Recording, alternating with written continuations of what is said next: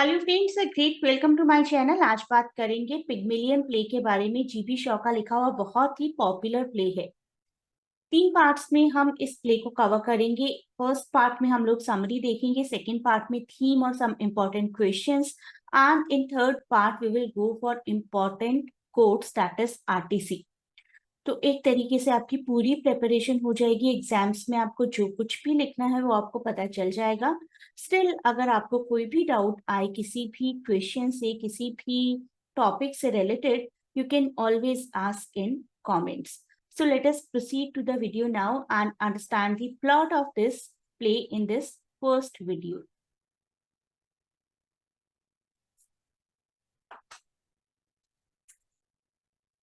Hello friends, great welcome to my channel. आज बात करेंगे पिग्मेलियन प्ले के बारे में। जीबी शॉ का लिखा हुआ बहुत ही पॉपुलर प्ले है।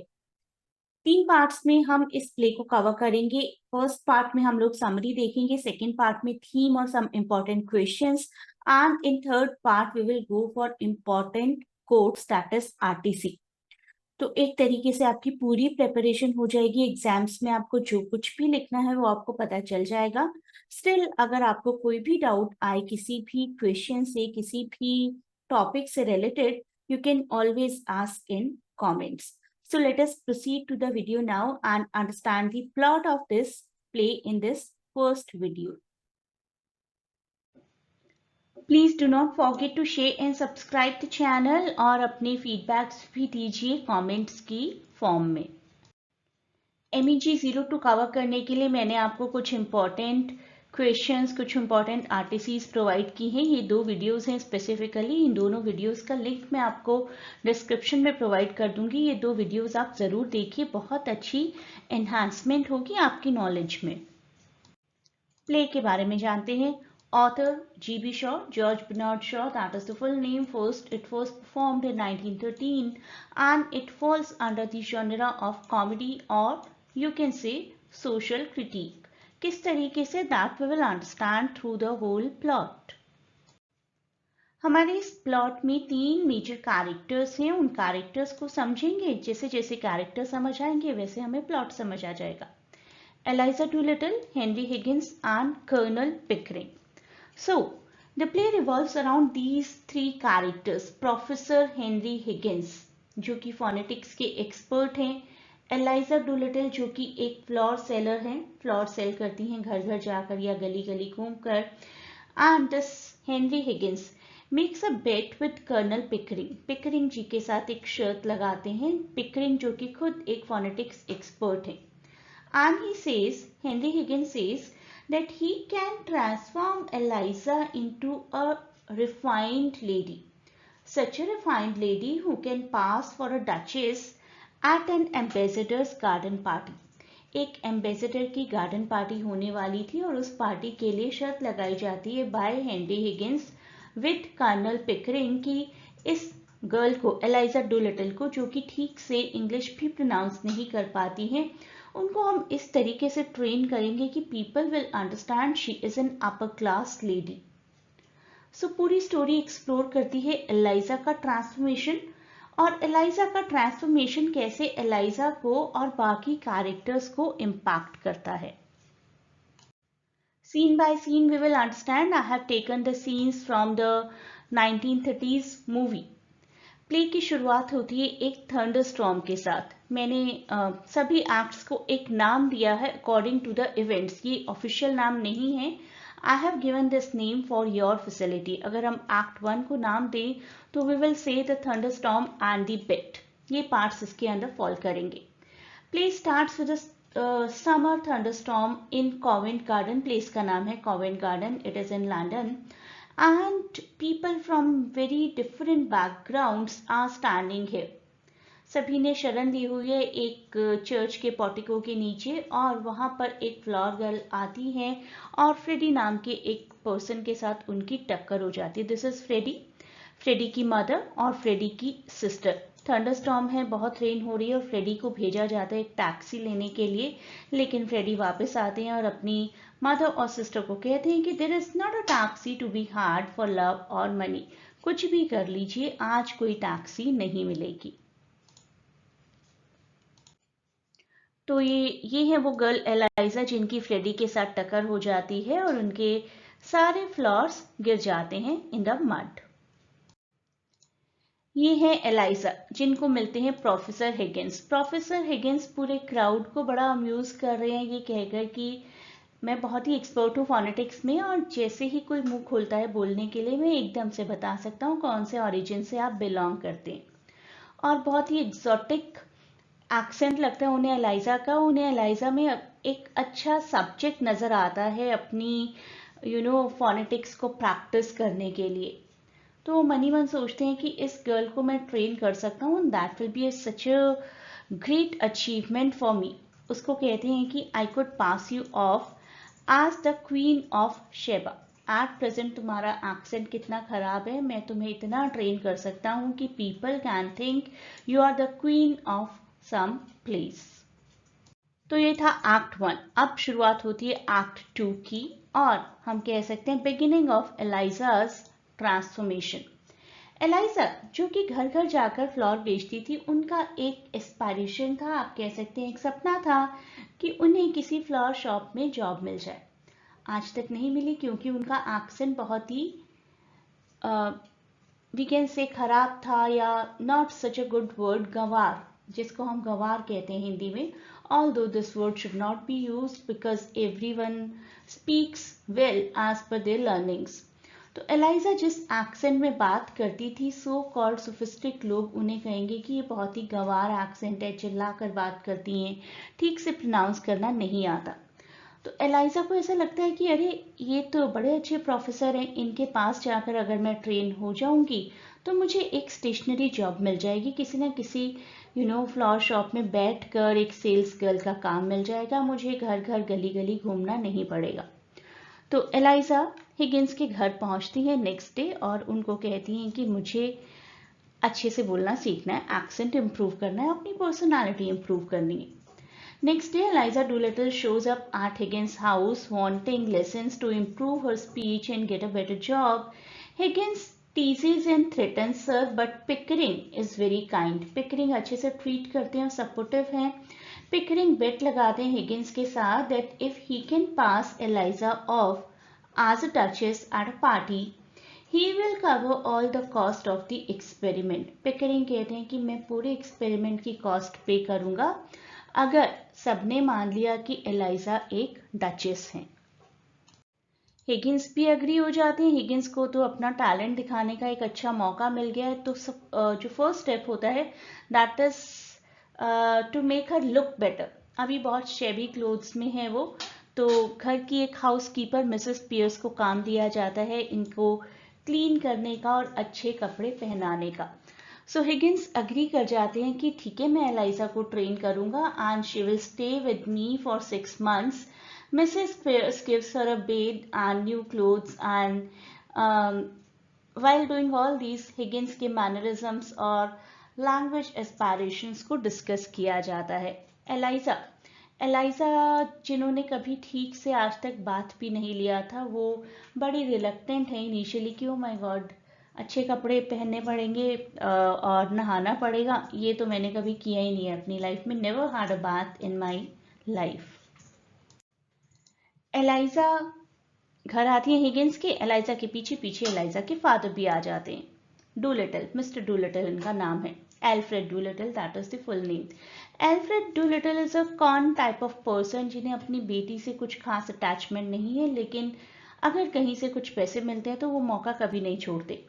ही फील्स कि मेरी परमिशन के बगैर मिस्टर हिगिंस उसको ट्रेन करना चाहते हैं, तो I should go and ask for some money in return, in exchange. So Eliza's father, Alfred Doolittle, shows up pretending to protest his daughter's honor, but really just wants money, which Higgins easily gives to him. I am one of the undeserving poor, that is what I am। तो बहुत ही dramatic होने की कोशिश करते हैं, but the money that he was asking for himself was nothing for Higgins, और आराम से उन्हें मनी मिल जाती है। तो एलाइजा जी जब नहा धोकर साफ सुथरे कपड़ों में आती हैं तो इवन उनके फादर उन्हें नहीं पहचान पाते, राइट? और उनके फादर को उन्हें बताना पड़ता है, don't you know your own daughter. Eliza returns looking very clean, very elegant, surprising everyone, including her father. She is excited about how her new appearance, but is warned by Higgins not to become too proud. बड़ी खुश हो जाती है, पहले ही शुरू में ही बस कपड़े चेंज करके बहुत खुशी मिल जाती है उन्हें, और हिगिंस कहते हैं इतना खुश होने की ज़रूरत नहीं, ये तो बहुत आसान सा फर्स्ट स्टेप था. The play is about to begin. The act ends with both Higgins and Eliza knowing that yes, a tough task is ahead. अभी तो बहुत काम होना बाकी है, पिक्चर अभी बाकी है. हिगिंस को अपना छोटी मोटी 1 वीक 1 मंथ की ट्रेनिंग देने के बाद ही बड़ा कॉन्फिडेंस है कि Eliza can pass off as a high profile girl, और उनका टेस्ट लेने की जल्दी हो जाती है. तो एलाइजा का फर्स्ट टेस्ट कंडक्ट किया जाता है and she is the mother of Higgins, जो कि एक गर्ल पर इस तरीके का एक्सपेरिमेंट किया जाना अप्रूव नहीं करती. It is Mrs Higgins home and she's unhappy when her son Henry Higgins shows up unexpectedly with Eliza Doolittle, his experiment subject. Mrs. Higgins is very much worried about the impression Eliza will make. तो दो डर है Mrs Higgins को. एक तो क्या वो आज के टेस्ट में पास हो पाएंगी या नहीं, और वो बहुत फार साइटेड लेडी हैं, उनको पता चल जाता है शुरुआत में ही, जो कि हिगिंस, पिकरिंग, एलाइजा ये तीनों ही नहीं देख पा रहे हैं एट प्रेजेंट. बाकी ये तीनों बहुत बिजी हैं अपने एक्सपेरिमेंट में और अपने एक्सपेरिमेंट के पूरे होने की एंटिसिपेशन की खुशी में. लेकिन मिसेस हिगिंस, जो कि हिगिंस की मदर है, वो जानती हैं कि एलाइजा को एज एन ऑब्जेक्ट यूज किया जा रहा है, और एक ना एक दिन एलाइजा ये रियलाइज करके ब्लास्ट जरूर करेंगी. एट प्रेजेंट जो करंट वरी है दैट इज कि आज का टेस्ट पास करेंगी या नहीं करेंगी. उसके बदले हिगिंस जवाब देते हैं कि मैंने उन्हें अभी बहुत फैटिक कम्युनिकेशन, बेसिक कम्युनिकेशन के लिए प्रिपेयर किया है, वेदर एंड हेल्थ. तो इसी पर स्टिक रहेंगी तो आज का टेस्ट तो पास कर लेंगी. एलाइजा का फर्स्ट टेस्ट शुरू होता है और उसमें फ्रेडी और फ्रेडी की मदर भी आए हैं उन्हें टेस्ट करने के लिए, although they do not know कि ELISA has been trained to be sophisticated. They consider her to be sophisticated. तो यहाँ पर एंसफोर्ड हिल्स उनसे मिलने के लिए आए हैं. फ्रेडी एंसफोर्ड हिल और उनकी मदर मिसेस एंसफोर्ड हिल और इवन फ्रेडी की सिस्टर क्लेरा, वो भी यहाँ पर हैं, और उन्हें एलाइजा से मिलकर शुरुआत में लगता है कि एलाइजा तो बहुत ही सोफिस्टिकेटेड और वेल ग्रूम्ड गर्ल हैं. तो शुरुआत अच्छी करती हैं, हाउ डू यू डू, और एलाइजा बड़ा स्ट्रॉन्ग इम्प्रेशन बनाती हैं on everyone with her refined speech and manners. लेकिन ये उनके लिए बड़ा नया एक्सपीरियंस था, इस तरीके के हाई प्रोफाइल लोगों से बात करना. तो बात करते करते धीरे धीरे स्लिप हो जाती हैं and she comes back to her old accent. अपनी आंट की डेथ का डिस्कशन करती है, अपने फादर के एल्कोहलिज्म का डिस्कस करती हैं, और अपने आंट और फादर के अब्यूजिंग वर्ड्स का भी डिस्कस करती हैं, और उन वर्ड्स में इतना लॉस्ट हो जाती हैं कि उन्हीं अब्यूजिंग वर्ड्स को खुद भी बोलना शुरू कर देती हैं. अब ये हाई प्रोफाइल लोग, इन्होंने कभी ऐसे वर्ड सुने नहीं, ये समझते हैं कि ये कोई नई स्लैंग है और इनको बड़ी पसंद आती है. लेकिन सिर्फ एक फ्रेडी की मदर ऐसी हैं जिनको लगता है कि this girl is not good, कैसे ऐसे अब्यूजिव वर्ड्स यूज कर सकती हैं. लेकिन फ्रेडी और क्लेरा, जो कि फ्रेडी की सिस्टर है, उन्हें ऐसा लगता है कि new slang, you are using it awfully well. Guest चले जाते हैं और पिकरिंग और हिगिंस को डांट खानी पड़ती है हिगिंस की मदर से. After the guests leave, Mrs Higgins scolds Higgins and Pickering, saying Eliza cannot become truly refined while living with Higgins' crude behavior. She worries about what will happen to Eliza once the experiment ends. Experiment तो एक दिन खत्म हो जाएगा, अभी तो आप इस खुशी में जी रहे हैं कि एक्सपेरिमेंट करना है करना है करना है. जब एक्सपेरिमेंट खत्म हो जाएगा तब क्या होगा इस गर्ल का. लेकिन हिगिंस और पिकरिंग दोनों को कोई फर्क नहीं पड़ता. Both of them are dismissive of the view points of Mrs Higgins.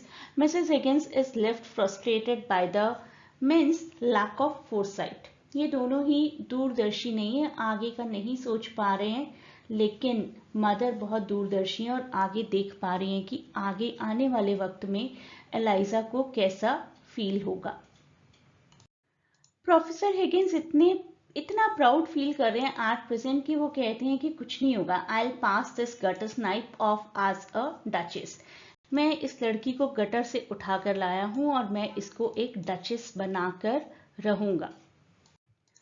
Act 4 आ जाता है अब सीधा। एम्बेसडर पार्टी हमें नहीं दिखाई जाती है इन द प्ले, लेकिन एम्बेसडर पार्टी में क्या हुआ होगा, that everything is given in act 4।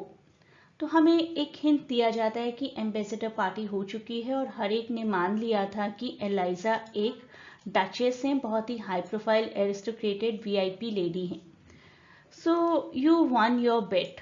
Higgins और पिकरिंग का डिस्कशन चल रहा है बैक एट हिगिंस लैब। ये सब कुछ हिगिंस की लैब या यू कैन से उनके घर पर हो रहा है। Higgins and Pickering are tired and discuss their success with their experiment and Higgins is distracted looking for his slippers. Higgins अपने स्लीपर्स भी यहाँ वहाँ ढूंढ रहे हैं और बड़े खुश भी हैं एट प्रेजेंट कि हमने अपनी शर्त जीत ली और आज की रात तो हम आराम से सोने वाले हैं, अब कोई टेंशन नहीं है। तो उनको ज्यादा टेंशन एट प्रेजेंट है अपनी स्लीपर्स की and none of them actually pat the back of Eliza. किसी ने भी एलाइजा को नहीं कहा कि wow you did a wonderful job. No, both of them are thinking कि it was their hard work और इस बार फर्स्ट टाइम एलाइजा को वही फील हो रहा है जो कि मिसेस हिगिंस ने बहुत पहले बता दिया था कि एक दिन तुम्हें ऐसा लगेगा कि इस एक्सपेरिमेंट के बाद मेरा क्या होगा।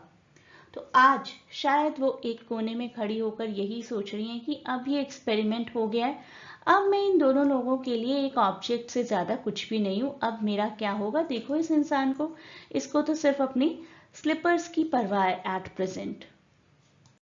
एलाइजा इतनी फ्रस्ट्रेटेड हो जाती हैं कि स्लीपर्स फेंक देती हैं हिगिंस के ऊपर। Angrily throws the slippers at Higgins when he reappears looking for them, feeling like she is no more important to him than his slippers. फर्क ही क्या है उनकी स्लीपर्स में और मुझ में। She demands to know what will happen to her now that the experiment is finished. अब मेरा क्या होगा?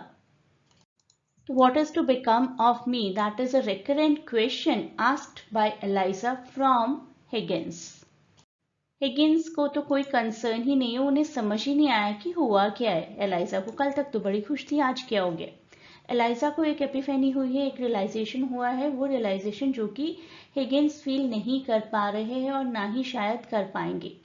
तो हिगिंस कहते हैं अब क्या हो गया, एक्सपेरिमेंट खत्म हो गया हमारा, now either you can get married or you can run a flower shop, जो तुम्हारा दिल चाहे अब करो, मेरी तरफ से तुम आजाद हो। So she asks if her clothes are hers to keep, feeling uncertain about her future. तो गुस्से में कहती हैं वो कि आपने मुझे इतना ग्रूम किया है, अच्छे अच्छे कपड़े दिए, अच्छी ज्वेलरी दिए, वो मैं रख लूं या वो आपको किसी अपने नेक्स्ट एक्सपेरिमेंट के लिए, नेक्स्ट सब्जेक्ट के लिए चाहिए। Do my clothes belong to me or to Colonel Pickering or to you or do you need it for your another next subject? गुस्से में बोलती हैं वो, लेकिन उसका ये गुस्सा प्रोफेसर हिगिंस समझ नहीं पा रहे। गुस्से में ही आकर दोनों की छोटी मोटी हाथापाई हो जाती है और एलाइजा हिगिंस की दी हुई रिंग फायरप्लेस में फेंक देती है। अब शुरू होता है final act, the climactic confrontation, Eliza's independence. That is the title that I have given to this act. Final scene है मिसेस हिगिंस के घर में। You too hardly said a word to her. Eliza आ गई हैं professor Higgins का घर छोड़कर, और कहाँ आई है वो उन्हें नहीं पता। अपनी मदर से कंप्लेन करने आ जाते हैं प्रोफेसर हिगिंस की मैंने उस लड़की को इतना ग्रो किया, इतना ग्रूम किया, अब देखो पता नहीं कहाँ चली गई है। और मिसेस हिगिंस जो कि जानती थी अपने बेटे को बहुत अच्छे से, वो कहती है कि क्या उसकी पीठ एक बार भी थपथपाई तुम दोनों में से किसी ने। इस कैरेक्टर से दोबारा मिल रहे हैं हम, अल्फ्रेड डूलिटल, एलाइजा के फादर। फिफ्थ एक्ट में दिखाया जाता है कि ये शादी करने वाले हैं क्योंकि इनकी एक अच्छी जॉब लग गई थी। जब ये पिछली बार प्रोफेसर हिगिंस से मिले थे तो प्रोफेसर हिगिंस को इनका एक्सेंट और इनका बोलने का ड्रामेटिक अंदाज इतना पसंद आया था कि उन्होंने एक बहुत ही रिच पर्सन के यहाँ एज एन एंटरटेनर इनको सजेस्ट कर दिया था, और उस रिच पर्सन ने अपने सारे पैसे डूलिटल के लिए छोड़ दिए। ही इज रिच नाउ, और उनकी मिस्ट्रेस उन्हें फोर्स कर रही है कि now that you are rich you should get married. तो अपनी ये जॉब और अपना ये बहुत सारा पैसा डोलिटल को पसंद नहीं है। ही सेज कि हिगिंस ने मेरे साथ अच्छा नहीं किया, tied me up and delivered me into the hands of a middle class morality. मुझे मोरालिटी पसंद नहीं है, मुझे बहुत ज़्यादा पैसे भी नहीं चाहिए, मैं अपने so called lower class status से और थोड़े बहुत पैसों में खुश हूँ। तो यह final scene. In the final scene at Mrs Higgins home tension बहुत पीक पर है। एल्फ्रेड डोलिटल भी आ गए हैं यहाँ पर, now burden by the I can say unexpected wealth. He accuses Higgins of ruining his carefree life. वो कहते हैं कि पहले मेरे पास ज़्यादा पैसे नहीं थे और मैं बहुत केयरफ्री था, और अब उन्होंने मुझे एक मिडिल क्लास मोरालिटी प्रोवाइड कर दी है। अब मेरी लाइफ में भी कुछ स्टैंडर्ड्स हो गए हैं और उसके अकॉर्डिंग मुझे अब शादी करनी पड़ेगी, विच आई एम नॉट लाइकिंग। इसी बीच एलाइजा मिसेस हिगिंस के घर में से अंदर से किसी कमरे से निकलकर बाहर आती हैं और कर्नल पिकरिंग और हिगिंस दोनों एलाइजा को देखकर बहुत खुश हैं। They take it very neutrally कि चलो अब एलाइजा घर चलेगी हमारे। Actually Eliza by this time has generated a slight soft corner for Higgins, और हिगिंस के सभी काम एलाइजा ने संभाल लिए हैं। उन्हें कॉफ़ी देना, उन्हें चाय देना, उनके डायरीज का, अपॉइंटमेंट्स का ध्यान रखना। तो हिगिंस का भी काम एलाइजा के बगैर नहीं चल सकता। वो अब देखते हैं एलाइजा यहाँ पर है, ठीक है, ये तो घर चल पड़ेंगी अब आराम से। लेकिन एलाइजा उन लोगों में से नहीं है जिन्हें आप किसी भी तरीके से ट्रीट कर लें और वो उस ट्रीटमेंट को एक्सेप्ट कर लें। एलाइजा हिगिंस को जेलस और बुरा फील करवाने के लिए पिकरिंग से बहुत अच्छे से बात कर रही हैं एट प्रेजेंट, और पिकरिंग को कह रही हैं कि at least you had the mannerisms how to treat me as a lady. बहुत ही हीटेड आर्ग्यूमेंट होता है एक हिगिंस और एलाइजा के बीच में, और एलाइजा वहाँ पर एक डेक्लेरेशन देती हैं जो कि हिगिंस को बड़ी शॉकिंग लगती है। शी सेज कि I am about to get married to Freddy. Freddy मुझे प्रपोज कर रहे हैं बहुत टाइम से। He writes twice and 3 times a day. तो why should I run after you, जिसको मेरी कोई इंपॉर्टेंस नहीं है। Why should I go to the person जो कि दिन में 2 से 3 बार मुझे लेटर्स लिखते हैं और बहुत बार प्रपोज कर चुके हैं। प्रोफेसर हिगिंस की सुई अभी भी वहीं पर अटकी है। वो कहते हैं कि आई डोंट केयर। हिगिन का रिएक्शन जो है वो लाफ्टर का है, वो हंसते हैं, तुम और शादी, वो भी फ्रेडी से। His laughter basically highlights his failure to grasp Eliza's newfound autonomy and resolve. उनको ऐसा लगता है कि एलाइजा क्या करती ज्यादा से ज्यादा, मेरे घर में रहती, मेरे वही काम संभाल रही होती, काइंड ऑफ माई सेक्रेटरी इस फॉर्म में।